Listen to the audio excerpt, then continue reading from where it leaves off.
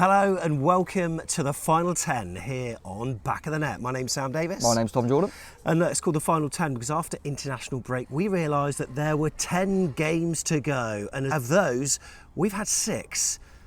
We've had 3 draws, 2 wins and a single defeat. So that is a return of 9 points from 6 games. Can we make it 12 points from 7 tomorrow? Well, standing in our way are the Jack Army, Swansea, at the Swansea.com stadium, and they're a team relatively in form, Tom. Yeah, we were talking about this before, and it depends how you look at it. They've gone 3 games without defeat, but 3 games without a win, because they've drew them all. So, yeah, it depends how you look at that one, but I think it stretches back to about 8 games since they last lost. I think it was Blackpool, early March. So, decent run, and probably that they're in that period now where they haven't really got much to play for, and they're maybe playing with no fear, and maybe getting used to Russell Martin's style of play. He's only come in this season, so yeah, they seem to be progressing in the right direction anyway, Swansea, so it won't be an easy one, mate. So before we tell you what's coming up, of course we're at the Pear at Parley. Make sure you give it a visit. Came here yesterday for some food. Had a really nice roast lamb. Oh my God, it was amazing. Make sure you come here for your Sunday roast, but also drinks out in the garden. It is absolutely the place to be. Details in the description below. So here's what's coming up.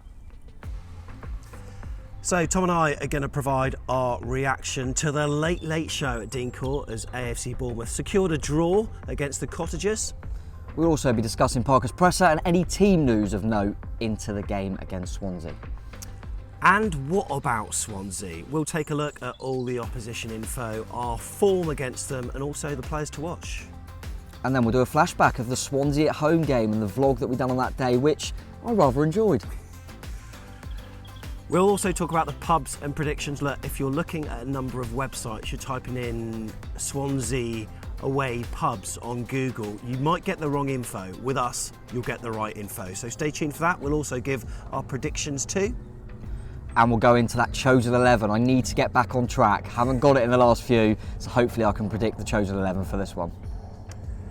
So there we go, that is what's coming up, all of that content. And before we go any further, just wanted to say thanks to David Barrett, who gave us a generous donation via our Ko-fi page. And if you're new to the channel, you don't know what it is, we always put the link at the bottom. But you can buy us a coffee, and it's not actual caffeine, because otherwise we would be caffeinated up to the max. But what we do is we use all of the monies that we get to pay for our subscriptions. We've got software licenses, we've got a hell of a lot of expenses doing this pod, and it's really great to have the support. That was just a one-off, but also thanks to Gilo and Linz as well, who've become a monthly member as well. And with that, you can join our Telegram group to chat in amongst the AFCB community.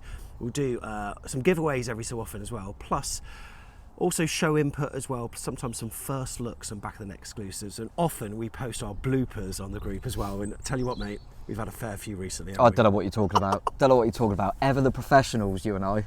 That will only go on the Telegram group. It will go nowhere else. So David Barrett, who became a one-off donator, said, still enjoying all your stuff, including the antics, the Lerma love-ins, and Sam's on-screen shock at the goals normally scored against us, etc. Sensitive on-screen interrogation of young kids who are more perceptive than we would expect. Reports from you home and away just get better. Best wishes. So yeah, really appreciate that. And we've got a load of expenses that more than I think. And at the bottom of the screen you can actually see a list of the kind of things we fork out every month, including the music licenses to do our vlogs. Ridiculous. But if you can support us in any way, help keep the channel going for next season, myself, Tom and the crew would truly appreciate it. So then, we must start by talking about that late show against Fulham. It's fair to say that the matchup between the top two, I don't think it didn't live up to expectations really. Sky didn't cover it, but I think being a Fulham fan or being a Bournemouth fan, you were probably gripped throughout because it was quite an absorbing game, but for the neutral, possibly not the purest of watches. No, it wasn't an open, free-flowing, 2 really attacking teams, was it? It was more of a game where I think both teams respected the opposition and thought, they can hurt us if we're too open. So I thought Fulham probably started the game better. Had a few half chances. Travers made a save. They got in now and again, a few little offsides, but nothing, too worthy of note. And then we grew into it after about half hour, and I thought second half we were well worthy of our point. I know they hit the bar and obviously got the goal in the second half, but I thought a point was a fair result, to be honest, because I don't think either team were, were dominant. But yeah, it was more of an intriguing game rather than a real joyful watch. But we got it done. I think when it happens like that and we get the late point, if it was reverse, I think we'd all be a bit downbeat. Yeah. I think that's massive that we got the late point because the changing room would have been pumped after that, and it's crucial for us. And Fulham, really, even though they would have wanted to beat Scott Parker in particular, a draw against us virtually wraps up the league title for them, doesn't it? So they would have been happy. So I think both teams would have been relatively pleased. Showed a bit of intent from Scott Parker with the change that he made at half-time by bringing on Jamal Lowe for Philip Billing. I thought in the second half, whilst you could say that Fulham had better opportunities, of course the goal that squeaked over the line and then they hit the bar, you could say that we, in terms of territory, it felt like we probably had the better of it. Yeah, definitely. And I don't mind that because that means we're probably coming out a little bit more, so they're always going to get the odd chance on the break. That doesn't bother me too much. I'm taking a few more risks maybe. But yeah, I agree. I think whether the change was forced or not, I think it probably was. Billing went down, didn't he? But still, he could have made a bit more like for like. He could have gone with a Cantwell. He could have gone with even a Pearson. But he went with Jamal Lowe, who I think doesn't really let us down, always comes in. And I said, you're fair, I think it helped Dom Solanke so much. Dom Solanke dropping deep as he does, if he's playing up there on his own, I think the centre-halves just go with him and go, all right, then there's nothing in behind. Whereas that second half when Dom was dropping off, they're going, do we go with him? Because we've got to watch Jamal as well. So I thought that helped us, and it really, you can tell. I think Dom enjoys it more when he's got. And Jamal just works hard and he drives at people. He's a bit more direct. So yeah, I was pleased with the show in second half. First half was a bit near, but second half I was really pleased. Yeah, absolutely. I thought some of the goading from the Fulham fans was quite strong. Might talk about that later on. And we know we've got a number of Fulham fans that subscribe to the channel. Thanks very much. And once again, congratulations on promotion. Hopefully you'll secure the title tomorrow. But yeah, that last minute of the game. So Adam Smith had the ball, he stopped, he was going to check back onto his right foot. But then Harry Wilson came steaming back, left out a leg. And Harry Wilson, you know what? Ignore the tier list. You're top tier after that. But yeah, Dom stepped up and Mike Wood was in the north stand with his phone. We all know what happened, but let's see it again from the other angle, eh?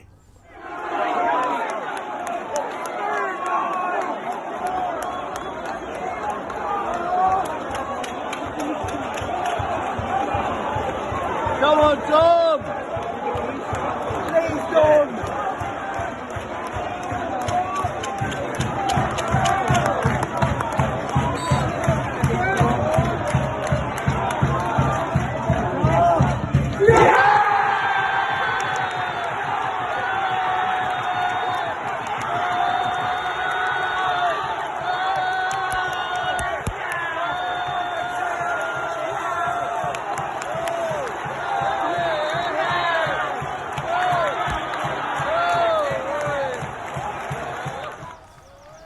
Absolute limbs, mate. Limbs. It was so much relief. I mean, I as soon as we got the penalty, I turned with my back to the game. Do you watch any penalty, or is it just real crucial ones? I watched the Blackpool penalty and we missed.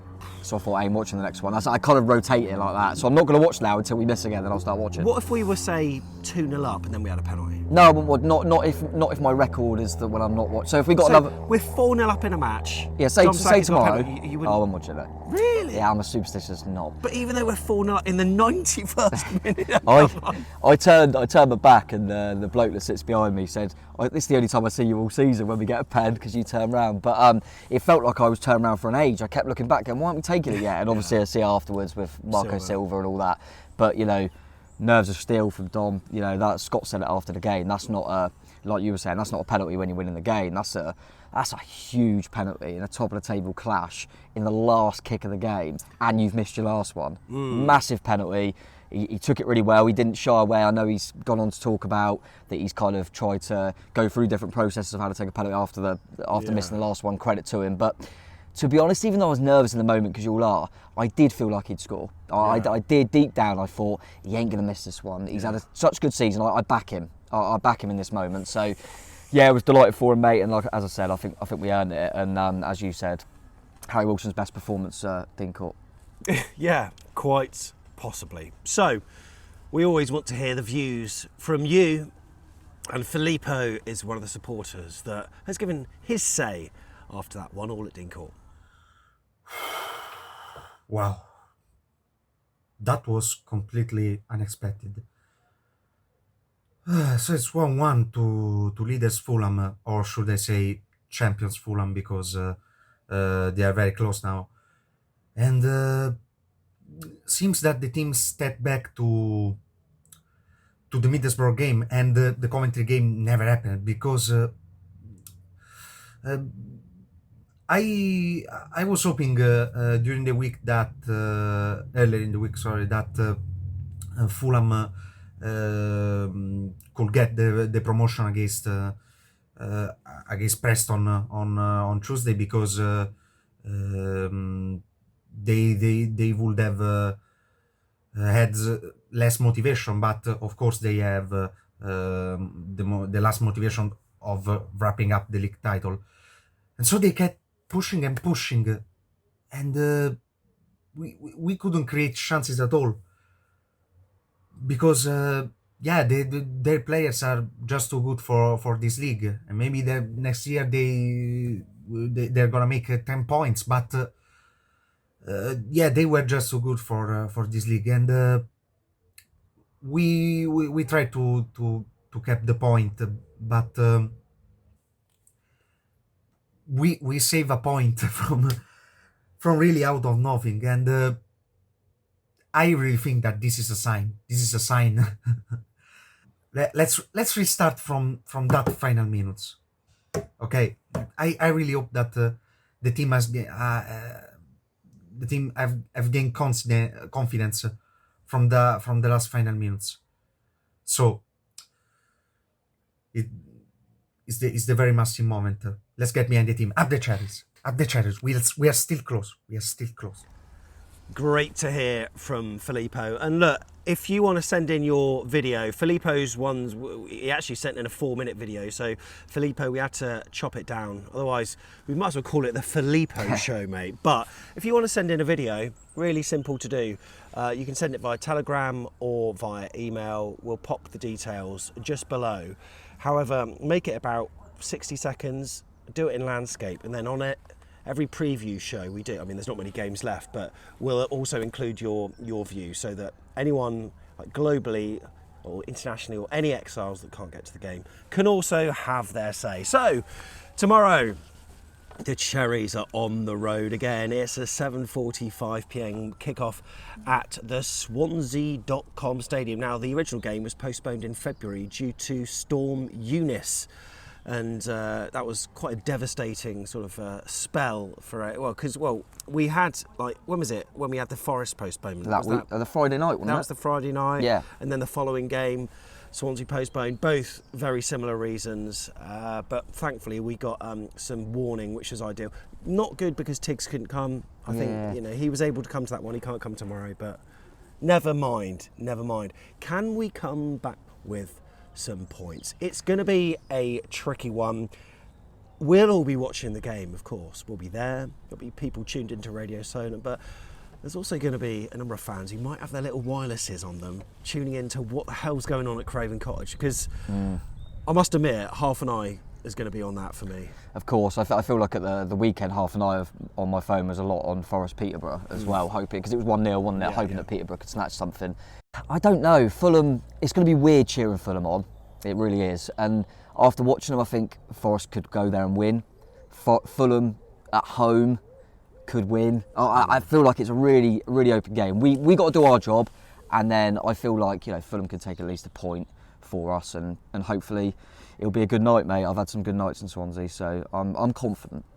On your screen, you were just looking at the league table there, as you could see it, and look, let's not worry about the title. It's not going to happen. And look, we would love Fulham to win it because we absolutely love them as a club. But yeah, Huddersfield, they are 2 points behind, but they're also had 2 games more than us. So all eyes are going to be on both the Swansea.com Stadium, but also Craven Cottage tomorrow to see what happens there. So let's get on with proceedings. Parker's Presser time.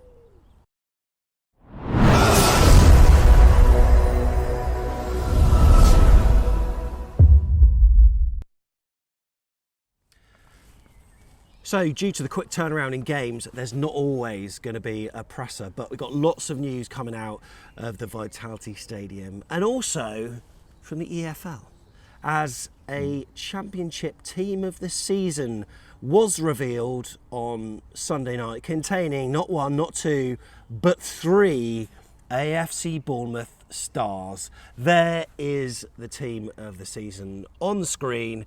Dom Solanke, of course, well deserved his place alongside Mitrovic there. We've got an ex-Cherry by the way of Harry Wilson, he's always on loan. And also we've got Philip Billing there too, as well as Lloyd Kelly. My first thought from that, mate, was where's Travers? Yeah, no, I agree. I think it's these Team of Seasons, you're always going to be a little bit biased because you don't watch, Nichols got in for Huddersfield, you don't watch him every week. Yeah. And I realise he's got a lot of clean sheets. One more than Travers, I believe. I did like to point out that they've played 2 more games. We got 2 games allowed on them, and the only one game that Travers missed in the league was Hull away. There was a 0-0 draw, and they didn't have a shot on target, so he wouldn't have conceded in that, would he? Let's be honest. But there's Nichols, obviously a good goalkeeper as well. I feel for Travers. I feel like he probably should have got in to try and show that I'm not too biased. I don't think Philip Billing should get in. Good start of the season, but I think his goal contributions. I think he scored about 8 or 9. Similarly with assists. I think for a team that are going for automatic promotion, I mean, John Swift must have done better than that. How's this voted, by the way? Who votes for this? I honestly don't know. I don't know if it's if it's a panel. A panel or players or what really. I have to look into that. But and Harry Wilson skanking his way in a number 10 role that he hasn't played all season. But listen, he deserves to get in there, doesn't he? He's got a lot of goal contributions. Spence, every time I've watched him, has been really good. Excellent. The centre half, I'm not going to try and pronounce his name for Fulham, who scored at their place against us. I thought he's very good. Yeah. Kelly is captain of the team that are going for automatic promotion as well. Walls always look good, and Yates for Forest. Robinson, it's a good side, isn't it? I mean, they could spread out a little bit more. They've gone for the top 3 quite heavy. Well, it's all top 4, isn't it? All of them there. So, yeah, but no. Pleased with it, mate, to get Dom in there, because I thought you never know these type of things. Sometimes they do like 4-3-3, and then Dom would have missed out because of Mitrovic, obviously. But pleased to see a few of them get in there, mate. But as I say, I want to see this Lee Nichols in goal more, because if he's better than Travers, send him to Ukraine because he can save a war. Well, with Lloyd Kelly, we were mentioning on the previous preview show about how it's almost he's being built up by Scott Parker to boost his confidence, and it seems that he's a confidence player. That's going to help him loads. He was there with his partner yesterday, and absolutely superb to see him. Looks good in the specs, doesn't he? He does look good. Very studious, I've got to say. I know we covered the Fulham game briefly, but I do want to say, I thought Lloyd was better, and you've got to appreciate the fact that he's up against the best striker in the league. I thought Lloyd was better. I actually thought in that first half, we talk a lot about how the passing out from the back can sometimes be slow. I actually thought Phillips was the one doing that more, giving it to Laird in silly positions where he had nothing to do with it. I thought Lloyd was better, so I'm really pleased for him. And we're only critiquing him because we know the player he can be, in my opinion. So chuff for him to get in there, and looks good in some specs. Absolutely does. So, news items and tidbits that have come out of Vitality Stadium since the game at the weekend. Of course, Dominic Solanke scored the penalty, and speaking to Dan Rose from the Daily Echo, as Tom alluded to earlier, he's been practicing on his technique, and Solanke said a penalty is a good chance of scoring a goal. I would never say I get 2 down when I miss one. I've been practicing pretty much every week. I just try and make sure I get the right technique. All the staff help me, and with a keeper, I just practice my technique. The past couple of seasons, there have been some big penalties missed around the world. It's not nice when you miss one. That's just football. Obviously, you want to keep taking them, and if you're good at it and keep practicing, then it's something that you still want to do. And look, he could have shied away from it after that Blackpool miss. The technique was notably different because I've said this on a few shows before, he approaches the ball sometimes almost square on, and then he runs up to the ball without even looking at the ball whatsoever. And I think he tries to wait to see which way the keeper goes and side foots either way. But this time he put, I wouldn't say he put his foot through it, but it was a very controlled but powerful finish. Credit to him, because have you ever taken many penalties? Sunday League twice. I scored them both, but that's irrelevant. You talk about kind of practice and stuff, and I remember doing little, when you're in a team, you do little penalty competitions and stuff like that.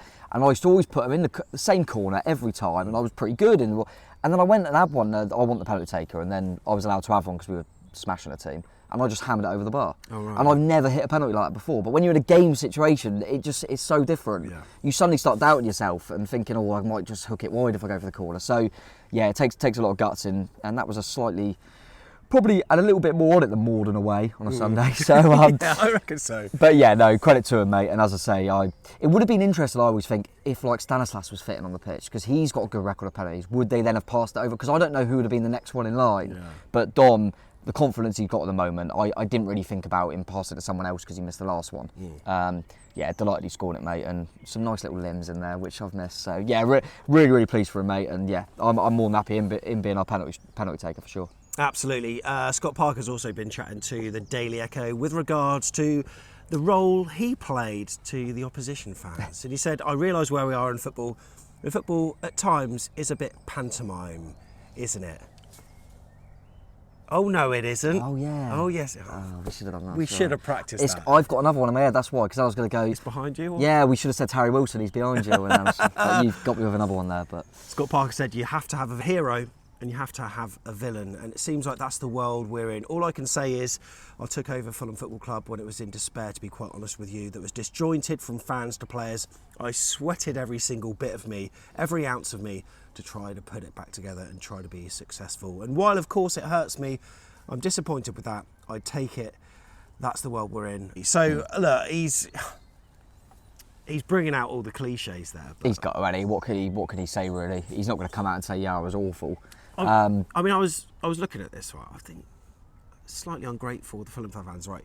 Played there for 4 seasons, was made captain, retired, learned the sort of ropes in terms of coaching at Spurs for a bit, returned to Fulham in 2018, became the caretaker manager after Ranieri went, where he effectively took them down already, because that was in the February of that season. Managed for 2 seasons, the first of which was fairly unprecedented due to COVID. We'd gotten promoted via the playoffs. And then in the Premier League, didn't exactly start amazingly well, but Spurs were interested in having him, and there were rumours linking him to Spurs. Stayed faithful to Fulham.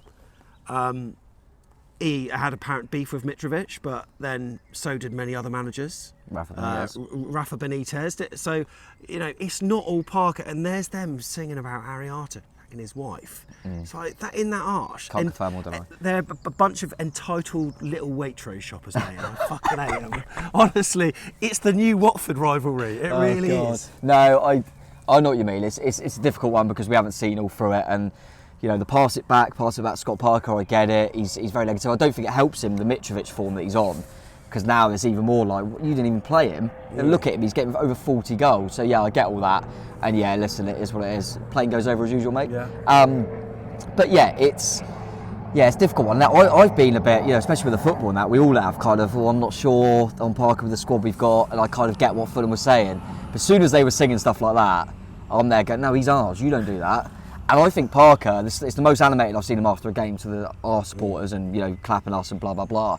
And I think it was a little bit like, you back me here. When every time they sang an Andy Parker song, we got Super Scotty Parker, and I think he respected that. But yeah, it is what it is, mate. And it's a shame we're probably not going to pin him to the title to have them bragging rights. But yeah, he's ours now, mate. So we've got to back him. There's no point not. And yeah, maybe it'll be interesting to see how they get on in the Premier League, mate. Because Marco Silva has done well from this season, but I'd have got that squad top of the league in my opinion. Yeah, I think that Rafa Benitez is quite a taskmaster. He makes you work hard. He's kind of like a bit like Eddie Howe in some ways, in that he wants things done his way. And if you're not in favour, you're not in favour. It seems like Mitrovic wasn't, even though in some press clippings they say that they had a very good relationship. I think the Scott Parker's very much the same. He's a disciplinarian as well. I think Marco Silva's just a bit easygoing, and he's probably singing to Mitrovic's tune somewhat. And maybe that's the way that Mitrovic thrives. 41 goals or whatever it is. Fair play to him. I think what would be interesting, I think that in the Championship, if you had a really good squad like us and Fulham have got, Mitrovic is better than Solanke in terms of, because you're going to dominate most games and you'll put the ball in the net more. But the Premier League, I'll be interested. Obviously, hopefully, proof will be in the pudding, and we'll be able to see this. But I think you need a bit more from your striker in the Premier League because you're going to be up against it more. Fulham's games next season are going to be completely different to every game they play this season. Yeah. I'd probably rather a Dom if you're up against it, because we saw it in both games. Obviously, he got a goal, But Mitrovic did nothing in 2 games, but he also proved the point by putting one in the back of the net. That's what he does. Look, we all make little snide comments. I did about 3 minutes ago. I did during the vlog, which a few people picked up on, saying bless them, patronising kind of like comments like that, just in the heat of the moment. And look, I've not got any beef with Fulham, but I really would be interested to see how, if we get promoted, hopefully we will, how we compare. Because look, we've not lost by more than 2 goals a season. Fulham have. Yeah. That was against Coventry, and there have been times where they've been made to look, they've been like torn apart by teams. Just be really interested to see whether our philosophy might actually be more successful. That's what I'm interested in. Is they're more expansive, they're better to watch. I'm not down any of that. They'll score more goals, which they've proven by a lot. But both teams should be dominating most games. Next season, go complete opposite. It's going to be who can grind it out more. And at the moment, you'd say Bournemouth probably can grind it out more. But will they adapt? That will be interesting to see if Marco Silva can adapt, because they're not going to be able to dominate games like they have. So that will be interesting. And if we end up going up with them in second and we stay up and they go down, we'll go, well, it's better to be a bit boring, won't it? Yeah. So yeah, it'll be interesting, mate. But all joking aside, they thoroughly deserve to win the league, mate. We're always going to be better. Little comments to that. They've got Harry Wilson as well, but they deserve to win the league. They're the best team in the league by an absolute million miles. In AFC Bournemouth team news, Philip Billing was substituted at half-time, of course, during that game with a back injury, so he's going to be a doubt. Jordan Zamora, potential to be back. Kiefer Moore, they were watching from the exec box just above where I was sitting. So just next to you. Panned my camera around, and there was Leif Davis there, Will Dennis, Mark Contenders. I think the report actually said Zamora, Kiefer Moore, Sam Davis, etc. Yeah. But yeah, you know what? It'd be wonderful to see them back, but it remains to be seen whether they will be on the bench for that. I think we've got a defensive 4 at the moment that we're fairly happy with, so maybe we shouldn't upset the apple cart. Right, AFC Bournemouth player to watch. This is for Swansea fans. We could talk about Dom. Oh, that's obvious. We could talk about Travers. I think that's obvious. We could probably talk about Jeff Lerma. That's obvious to you. Who would you say? Well, I think Lewis Cook at the moment. I think on form. How well did he do? He got booked, 35 seconds in or something? It was less than a minute he got booked, which was a harsh booking. I think that, just going into that briefly, I think the referee made a rub for his own back there by doing that. Because he lost, then every single tackle was, well, hang on, you booked Lewis Cook for one. So he lost a bit of control there, I felt. Idiot. But yeah, Lewis Cook after that, I thought he's going to have to come off at some point. He's got that. He was unbelievable. I thought he was best player on the pitch. Yeah. I actually thought Harrison Reed for Fulham, who was another one who got a booking, ended up coming off, was very good for them. 2 similar players, and they really had a good battle trying to dictate the flow of the game. But Lewis has been sensational of late, and he's showing the form that we all knew he had in him, and it just wasn't happening. That deeper role, he's doing really well. Him and Lerma complement each other really well. So he's probably one to watch in terms for Swansea, in terms of trying to control the game, because Swansea are a team that like the ball, they like a lot of possession, and we saw that even when we beat them 4-0 at home, they had more possession. They're a very possession-based team, Russell Martin teams are. But if Lewis Cook can get on the ball and make us tick, they might get frustrated. So I think watch out for him in the middle of the park. They're probably going to have Flynn Downs in there, who we've been linked with before as well. He's a good midfielder. So I'm looking forward to that battle. But yeah, Lewis has been brilliant, mate. So as you say, that early booking, and he was still sensational. So I'm looking forward to, if he carries this on to the rest of the season, then he's going to suddenly sneak up there in the Player of the Season awards because of how well he's ended it. Yeah, really delighted to see him doing that, mate, after his injury problems. And also, in defence, Adam Smith seems to be a lucky omen for AFC Bournemouth, having played 16 league games, Bournemouth winning 9, drawing 5, losing only 2, so only being on the losing side twice. On one of those occasions, when he was subbed, the team was drawing. So Adam Smith, the experience absolutely pays, plus he can win a penalty or 2 as well. Right, let's find out about the Oppo then, eh?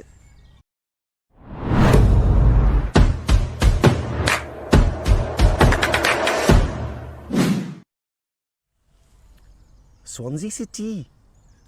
Not bad, that. I've got to be honest with you, that one bad. Yeah. I won't lie to you. No, I can't do that. Which part of Jamaica was I from? Yeah, I got a clue. don't know.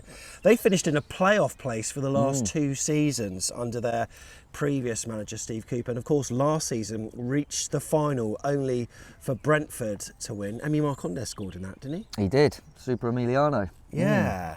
But under their new manager, Russell Martin, at the end of December, with 22 games played. The Swans, they were 16th in the table with 27 points, 8 points from a playoff place. At the moment, of course, as we saw earlier, they have climbed up to just 14th. Playoffs, not really an option for them. Mathematically, yes, but no, it really isn't.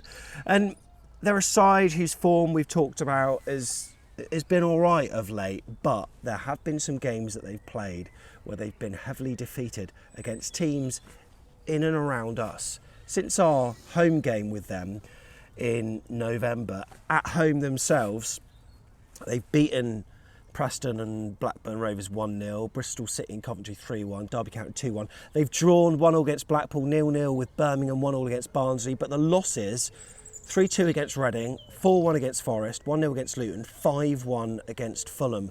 Their most recent game was against Middlesbrough at home, where it finished 1-1. So that's making me feel a little bit better, because I know on the league table it's got green, grey, grey, which is, not a bad record. 9 points from their last 5, but they're a team that I think can be got at. They identify the Championship, mate, when you go through that. You don't know what's going to happen week on week. They're one of them teams, if I was a betting man, I just wouldn't touch them every week. Don't know what I'm going to see. But I feel like we've had a little bit of insight in terms of, we played MK Dons, first game of the season, wasn't it, in the League Cup? Ravioli! Yeah. And we beat them 5-0, and it was Russell Martin in charge. It was the last game, I think, for MK Dons. And then obviously in November we played Swansea, so it was newly at Swansea really, and we beat them 4-0. And both times I thought, his teams play football, but they're so open. And I always felt with Swansea, this is more of a long-term thinking, a bit like us. Yeah. They're thinking long-term, which Swansea fans I think you should like, really. And I always felt like this is going to slowly get better for him, which it slightly is. Because he's got a very unique style of playing, way of playing, and I think Swansea he'll have to get his own players in for that. He's obviously lost Ethan Laird to us, who was a big part of that. And do you think he could perhaps provide some insight and intel on the way that he might think they will line up, or some of their tactics? Yeah, potentially. They tend to go with that three at the back, because obviously Laird was wing back for him, wasn't he? But really, yeah, it's a really weird one, because, as I say, it was our biggest win of the season against Swansea, 4-0, and I thought they were all right. First 25 minutes. Really good, but we weathered the storm, we changed our tactics slightly, but you can just get them all game. You can get them all game, they're so open, and they're going to continue to be, because they've got nothing to play for, really. So, could go any way this game, in my opinion. I think we could go there, a bit like in a few of our most recent away games. We won at Coventry 3-0, won at Huddersfield 3-0. Two teams where I thought came out, and I think that suits us. But equally, if they get the first goal, it changes the game, mate. So it's going to be a really intriguing one, I think, but I do think, having seen him twice this season, the way he plays will suit us. But equally, he's played us twice. He knows what we're about. Will he have learned? Going to be interesting, maybe. They've got some good players. 4-0 then. Great day. A little bit of hospitality that day. Great day. Our best ever win this season, and we were in hospitality. Get us back in there. The club are watching. Let's relive it.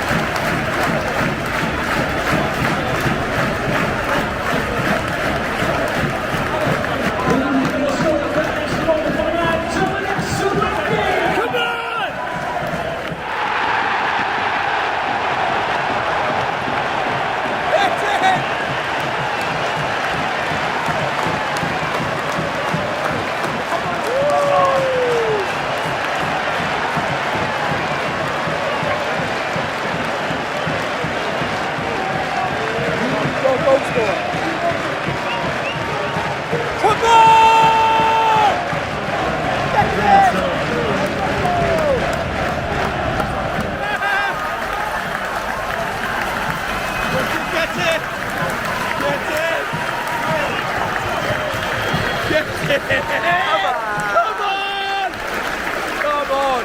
This is what we need!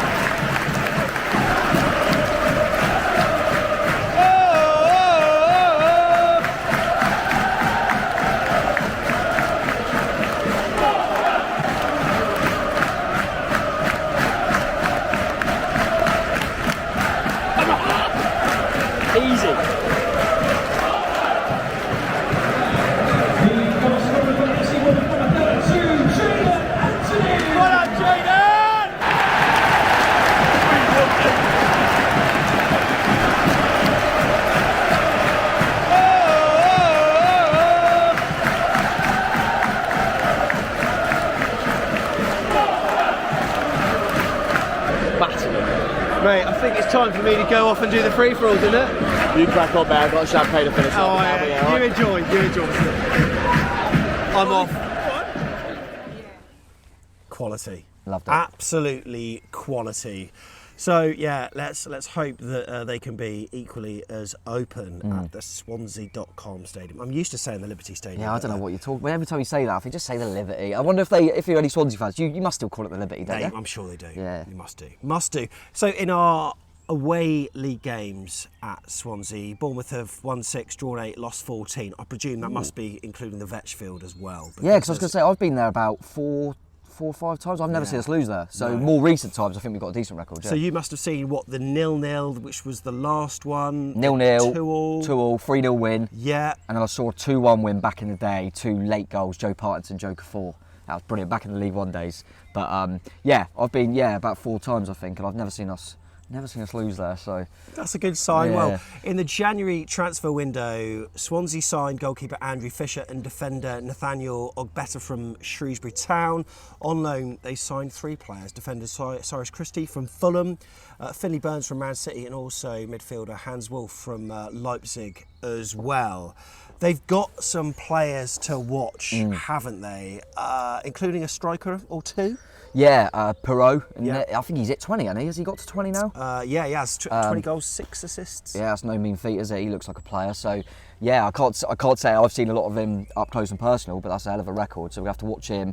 And then they've got a blooming scummer on loan, haven't they? Have they signed him or was he on loan? I'm not sure. But Obafemi, I think we were linked with before we got Shane Long last season. Yeah. And all I know about him is he's quite quick. Yes. So he'll be interesting to watch if they go with them score a two. really good goal in the Premier League. Yeah, he did score a few because he started coming off the bench Really for him good a bit. feet, yeah. Yeah, he looks like a talent. So them two are going to be watched. I think I mentioned earlier about Downs, if he's available. We were linked with him before. I think he come from Ipswich, off the top of my head. Good midfield player. So yeah, they have got some good players, mate. And obviously they've got Christie in there now at right wing back because we took Ethan Laird. So hope he doesn't have a good game because it's probably the reason they signed him was probably because of us taking Ethan. And yeah, it'll be a really interesting one. And I'm thinking Ethan Laird going back there. We've got Jamal Lowe, ex-Swansea. If Kiefer Moore randomly is back in the squad, he's ex-Cardiff, mate. So there's a few cool little links there. But yeah, they've got some good players to watch, mate, definitely. And they are one of them teams that next season, whatever happens, they could be one of them ones, I think, for a shout. I think they might be. If they manage to keep hold of their nucleus, including Grimes Agreed. and Downs in the midfield. Grimes as well. is the other one, that's it, yeah. Absolutely. Like, really good players. So, mate, the more I talk about it, the more I'm feeling confident. Oh, yeah. We'll talk about our predictions later on, of Yeah. course. But the referee, does that have any bearing? No. But we'll tell you who it is anyway. It's Darren Bond. Last time we had him was last season in the home game against Reading. 1. 4-2. Yeah. 2-0 down. And 2 away games was QPR. Did he win that? I think last season. This was last season. I ain't got a I clue. don't think we lost it, did we? Oh, we Was might that have. when Shane Long? No, we lost it 2-1. No, we did lose Shane Long equalised. Yeah, I think we did, And then yeah. they scored immediately afterwards. Yeah, I'm and bombed Blackburn Rovers away, which I think was a 2-0 win. Oh, okay. Yeah, I honestly can't remember. I think. But, yeah, it'll be alright. Who knows? Right then, stay tuned. Next, pubs and predictions.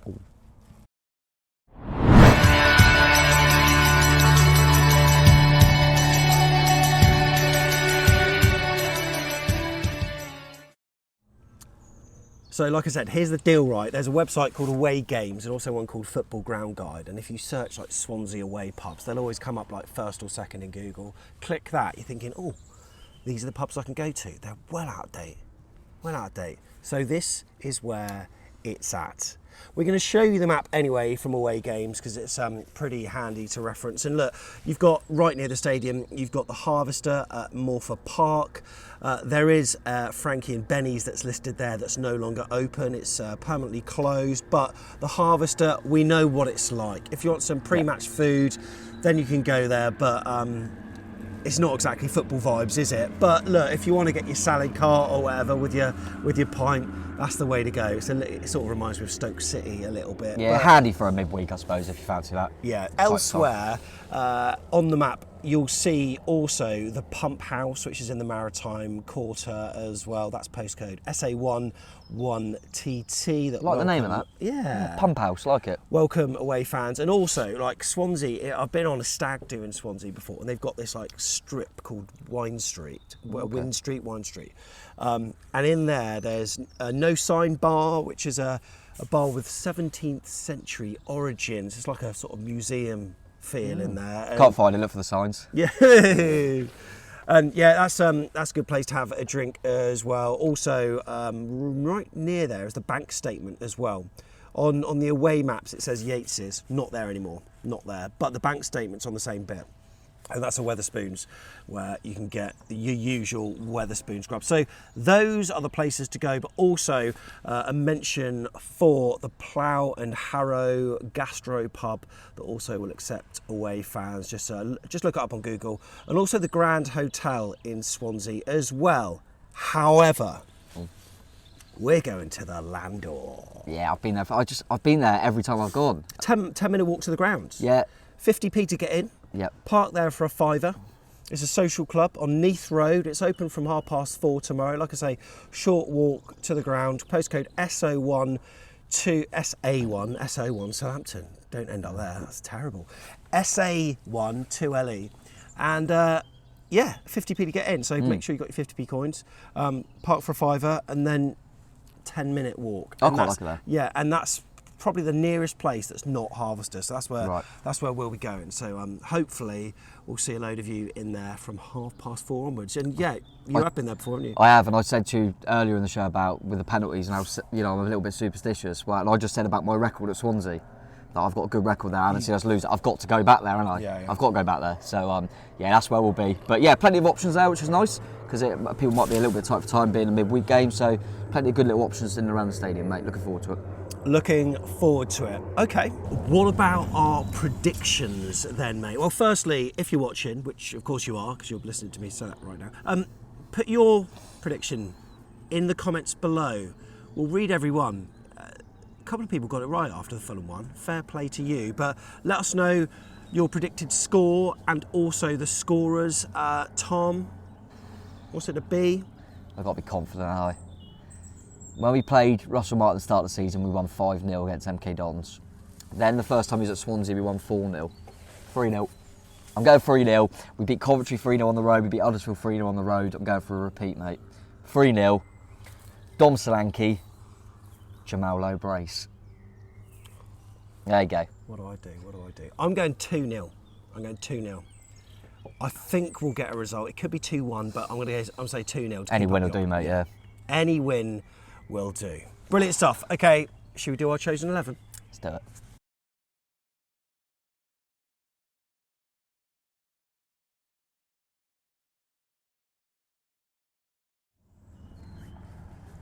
Right, during the away day shows, I always like it, Tom, when you click your finger and something happens. So go on, you can do it again. Yeah, right. Whoa. Oh, there it What, is. the side of a pitch? Yes, there's the pitch. Look at it. Beautiful turf at the Swansea.com stadium. Right, we incorrectly thought that they were going to play 3 at the back. Took a risk, didn't I? You did. I think I've started to get a bit ahead of myself, start taking a few gambles, That was you know. fair, but then you know what? After seeing what you said, Ahmed Schubel, Jacob Tanswell, either they watch or they're like telepathically linked with what you think, mate. But I think obviously it's going to be a return. Well, I say a return, a repeat of the 4 at the back, and Yeah. let's I go would through think them from bottom to top as we look at it on screen. In goal, I'm going to just pick Mark Travers to get the number 1 jersey. Yeah, I'm going to go 42, isn't he? Yeah, Mark Travers in goal, obviously. I'm going to stick with the same 4. yeah. Smithy's actually done really well at left back, I think, recently. Yeah. Wasn't sure how that would work, but yeah, he's been great, and obviously Laird going back there, so they'll be the full-backs with Nat Phillips and Lloyd Kelly at centre half. All right, and then you've got your 3 in midfield. This will probably, usually we would go Cook, Lerma, Billing. Yep. Cook and Lerma are there. Billing, I think. It's going to be my... One, he needs a break, I would say anyway, regardless. But this back injury looks quite... Yep. Looks like it might keep him out. And it's such a quick turnaround, and we look better when the change was made. So this is going to be my only change, mate. Obviously going to keep Lewis, Cook and Lerma in there. But put Solanke where Billing normally is, because I think Solanke will drop a bit deeper. Probably won't be quite as deep as Billing, But Solanke will be in that role. We'll keep with Christie and Anthony out wide, and Jamal Lowe will be in up top against the former club. So I'm going with Solanke a little bit deeper. So the one change will be Lowe for Billing, the change we made at half time. Okay, what if it wasn't that? What if it wasn't Lowe coming in and Solanke did stick up top? Would it be like Marcondes or something like that? Can't see it. Can't see it. Maybe, can't see it. I think if I wasn't impressed with Cantwell when he came. No, nor was I. I think if Billing is absolutely fine, then there's a chance that he'll go unchanged. But if Billing, he's not sure, he might just put him on the bench. And I think it'll be Low, just because I think the impact's there, the stats are there, that when we've done that in the last few games, we've been pretty good. And I thought we looked much better in the second half. So, and like we've mentioned, they're a bit more open. I think it might suit us. It's against his old club. I do think it's going to be Low for Billing, mate. And that will just drop Solanke back a little bit. Maybe not as much as Billing. It's a bit more, but it's not 4-4-2. I'd probably describe it a bit more 4-4-1-1, maybe. Lovely stuff. So there we go then, that's Tom's team on screen in full view, so you can compare that with what you're going to witness at 6:45 when the teams come out on Twitter. Fingers crossed Tom has got it right. So it's going to be a big one for us. Is there anything more we need to say? I don't think so, mate. It's just another. I think the last few away days have had a really good atmosphere. Yeah. Got it pumping. I thought we were good at the weekend as well, actually, at home. So we've got to get behind them now. We're in that running, mate. The final four is massive now. Let's get behind them and let's get that job done. I'm really looking forward to it. And yeah, I think it will be. Let's not take them lightly. They're a good side, but I think we can get them. I think it's going to be a really good game, mate. And let's hope we're just partying for the rest of the season. It's not on Sky or on the Red Button or on AFCB TV in the UK, but it is Get yourself a on ticket then. BBC Radio Solent. Get down. I don't know if there are tickets still I'm not available. sure. If there are, just get down there because it's going to be quality. Safe travels to everyone, and if you haven't done already, there's a little red button beneath this video, and Tom's going to do a sad face until you click that red button. There we go. That's what we want from you. Really appreciate you watching. We'll see you at the Swansea.com stage. At the Liberty. Up the chairs. Up the chest. Come on. Love.